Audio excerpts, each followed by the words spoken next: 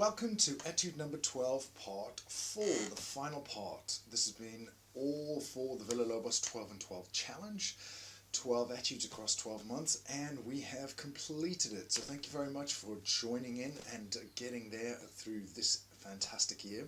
If you haven't, it is still possible to do the 12 and 12 challenge. Head over to Classical Guitar Rocks, where there is a breakdown of all 12 of Villa-Lobos's etudes, and you can do it in stages and learn at your own pace. There are some free study guides as well, which is helpful. Anyway, let's dive into the final part of this fantastic etude. Welcome to microstudy number 13, or the continuation of it. We actually began this on the last video. I'm not going to go over the main points other than to say right hand fine control, making sure that you direct the energy of your fingers into string 5 and less of it into string 6. The melody is entirely on string 5, so you need to be able to shift and laser ahead of your fingers. I would strongly suggest you learn the melody on its own first. Let's dive in and check out the rest of this microstudy. Welcome to the continuation of microstudy number 13, the third section. I am just going to step through the melody without the low E to make it easier and clearer. Obviously, once you practice it, you need to get the melody and the low E back in together. So, we're on a B with the first finger, it's still in 9/8. 6, 7, 8, 9. You're then going to stretch out to a D with 4. Then it's a 1 with C this time. And then back to the 4. Stretch back down to the B for 3. Now, at this point, your eyes should be up here because there is a massive jump from B to a G. Fret 10, jump to G for 3 with the fourth finger, and then the third finger on the F sharp, and then the second finger into G. So I'm going to do that little section again. So it's going to be B for 3, stretch out, G for 3, F sharp for 3, second finger gets prepared behind so that you can slide in, and then we're at G for 9 beats. So altogether that should sound like this.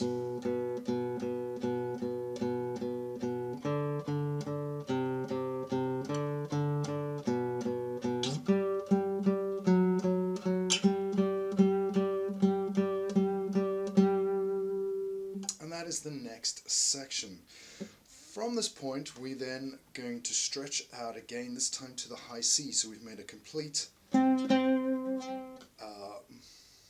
From this point, we're going to stretch out to a high C, which is more than doable at this fret spacing.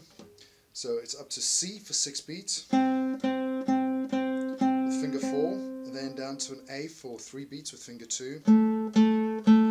Now, the next section is this lovely little fragment where you have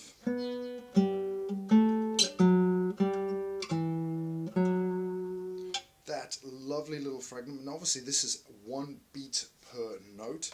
So I'm going to step through it slowly, one at a time. From the A, 1, 2, 3, fourth finger on a B, second finger stretches out to a G, fourth finger on an A, second finger on an F sharp, third finger on a G, first finger on an E, and then back to second finger at F sharp. And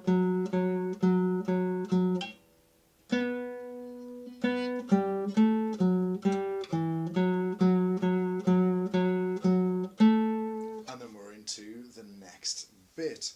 So work on that as a sequence because it will pop up again in a few bars time, just a little bit lower down the frets. And really know where you're going and make sure that your left hand fingers are lovely and secure and you know what you're doing. So bar 51, we're kicking off with an A, 6 beats, fourth finger. Then we have 2 on the F sharp. And again, this next fragment or melodic fragment, it's fourth finger on a G, first finger on an E. I use the second finger here on the F sharp again to slide down, 2 to D, 4, 2 to C sharp, and then 1, or even 2 on the C natural. It just depends on whether I actually think ahead for that, because sometimes it's easier to do because that's where we're heading to. So again, I'm going to go from bar 51's A, so it's 1, 2,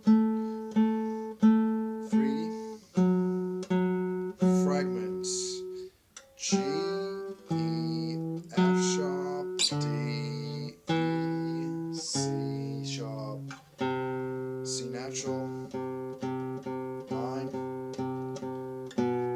B for 9, and then we're back almost into a repeat of the opening material. So again, I'm only doing this with the melody to make it very simple and easier to understand. Those 2 6/8 bars, if you can, I would isolate the practice and get used to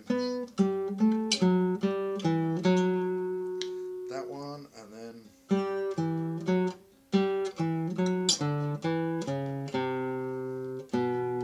that one. Isolate those 2 and get used to practicing them.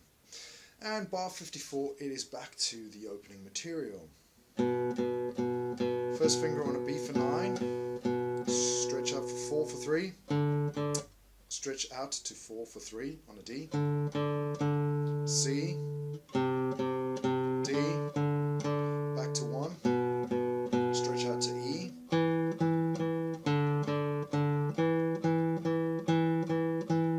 right, now the next note you are going to have to stretch out for. Right, there's no 2 ways about it. So that E, know that behind that E you're going to be jumping into a B flat at fret 1. You can already see I'm almost on it, so it makes it nice and easy. Don't do this. Stretch it out and get in there. So from the E again, let's go. 4th finger, B flat first. Stretch back up to E. D, 2nd finger.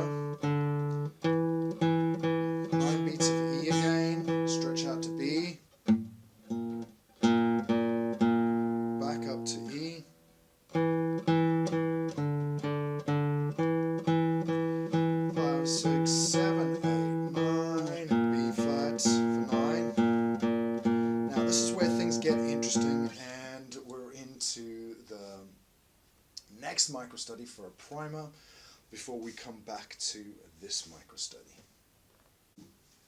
Welcome to micro study number 14. Micro study number 14 is about practicing the new right hand idea that Villa-Lobos interjects right on the end of the 3rd section. Main tip here is count. Keep your crotchet or quarter note pulse as the main division. And tip number 2 is make sure that you practice your right hand fingers, because you're going to be using the I, the A and the M all individually. This is right hand independence, right hand fine control. It is possible, it just needs a little bit of extra care and attention. Let's dive in and check out these 4 micro studies. Okay, welcome to micro study number 14. I'm just going to dive straight in. We are doing a primer for right hand fine control. So we have an I on a low E, M doing a scrape,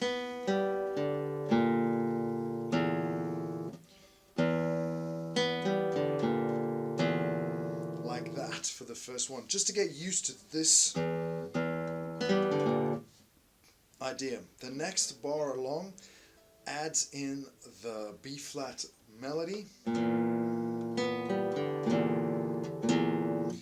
and moves us closer to the original. So it's an I, M, A, I. The 3rd bar moves us into quaver, so it's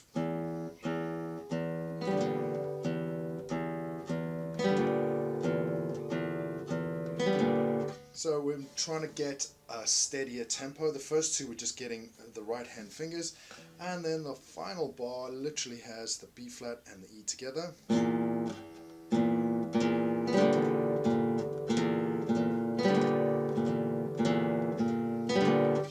So that you can practice that little gliss and getting it in time. So make sure that the gliss notes happen before the quavers. The quaver beats the big notes are on the beat. And that is it literally for that micro study, and it'll help you with the final part of number 13.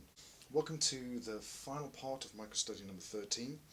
The best tip I can give you here is make sure that your crotchet quarter note pulse is on the ball so that you can go 1 and 1, 2, 3, 4, 5, 6, 1, 2, 3, 4, 5, 6, 1 and 4, 5, 6, 7, 8, 9, 1, 2, 3, 1 and 1, 2, 3, and literally break them up into beats of 6 and then a 1 if that makes it easier, as opposed to counting 1 and 4, 5, 6, 7, 8, 9, 1, 2, 3, 4, 5, 6, 7, 8, 9, 1, 2.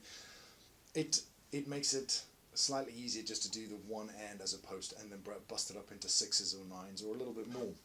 The other thing to note is these are played straight. Villa-Lobos has purposely put a 2 over them, not a 3. So it's not 1, da, da, da, da, da, da, da, da. You're not swinging them. It's 1 and 1, 2, 3, 4, 5, 6, 1 and.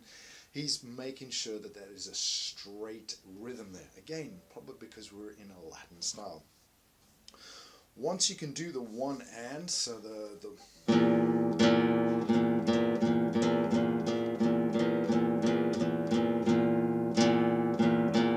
it then becomes just a simple matter of scraping in to the second beat or the first beat of that quaver.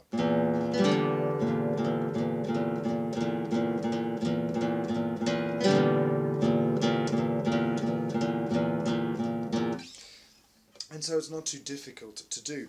I'm using INA for the bass and melody, and I'm using M to do the glisses into that B flat chord. Obviously you don't need to do that. If you're using IM, you could use an A for the gliss, but I find it easier with an M, and it's just a case of practicing IM, A, M, A, and just getting used to that. Realistically, there's not much else to that section other than just counting when those quavers come in. It's a little bit of a polyrhythmic idea, and again, it's just breaking up the steady 9/8 rhythms. Welcome to micro study number 15. There is not much to say about this because this is us back right at the beginning, other than notice that on the end of this there is a slight variation to the material, the melodic idea, and Villa-Lobos then just repeats one chord shape between 2 frets. So that is the only thing to keep in mind. Let's dive in and check this out. Okay, welcome to micro study number 15, the intro and then into the end. So again, we're back up here. Exactly the same, repeated again. This time, however, notice that there's only one bass note on the beginning of every 9/8 bar. After that, we get a 2/4 bar where Villa-Lobos starts with semiquavers again. So it's 1, 2.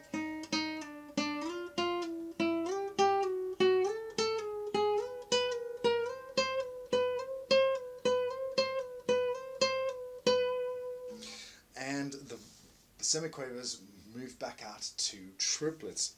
And then all you're going to do, and this is the variation on the end, so that's bar 104, where Villa-Lobos just moves from the A minor to the G sharp, back to the A minor. At semiquavers, he does it 1, 2, 3, 4, and then triplets.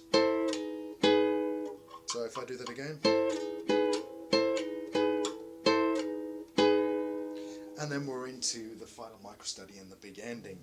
So there is nothing to this other than noting that we have a bass line on 99 and 101, and that is it. The rest of it should just be the chords moving up the fretboard in exactly the same manner as the opening.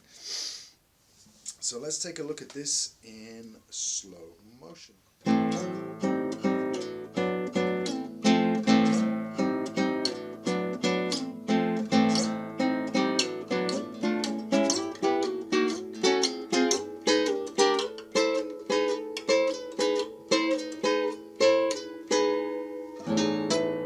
Welcome to the end, micro studies 17 and then 16. 17 is a primer, it's just really to get you into 16. Most of the work on the ending of this study is done with the right hand, so pay careful attention to your right hand fingers. Main tips here are: plant the right hand thumb on string 6 for stability. Tip number 2, your right hand mechanism is going to have to rock off that point to get these sextuplets up and running with the energy that is required for projection. So get used to rocking off the thumb backwards and forwards. Last tip, place that final chord. It needs to be clean and clear with the melody note, the A on string 3, nice and audible. Don't smudge the clarity of the chords. Again, that is right hand fine control. Pre-plant the right hand fingers, push in ever so slightly and then release. Let's dive in and check out the ending to this final etude. Alrighty, welcome to the final micro studies number 17, then 16. 17 is just the right hand fingering. So obviously we are in A minor shape, up at fret 12 this time. Right hand thumb planted on string 6 to mute it and to give stability for what we're doing. You have two choices: I finger going up and down, 1, 2, 3, 1, 2, 3, or A, I going down, down, up, down, down, up, down, down, up, which is a flamenco way of playing this kind of rosqueo.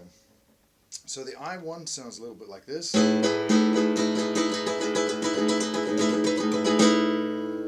And the AII, which is a little bit more aggressive, sounds like this.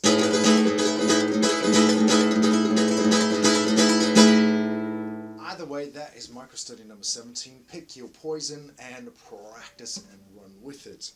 The final micro study was written in a certain way for Villa-Lobos to try and achieve an effect, which is why the notes are written with glisses. But in reality, what you are just doing is just a strumming pattern. However, the caveat to that is, it is possible to start this pattern with your thumb stroking down and your eye finger stroking up. So you do get that gliss sound.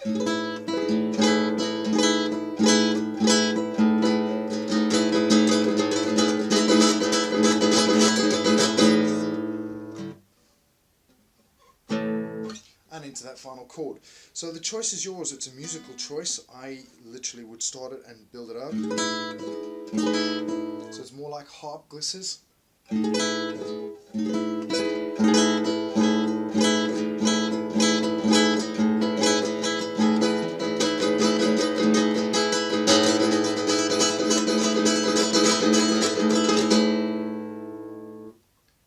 There is a cut. There is actually a rest written in before you get to making sure that that final note is clear. So that cut allows you to stop the strings, put your left hand on ahead of time, and then all you've got to do is place your fingers in and play.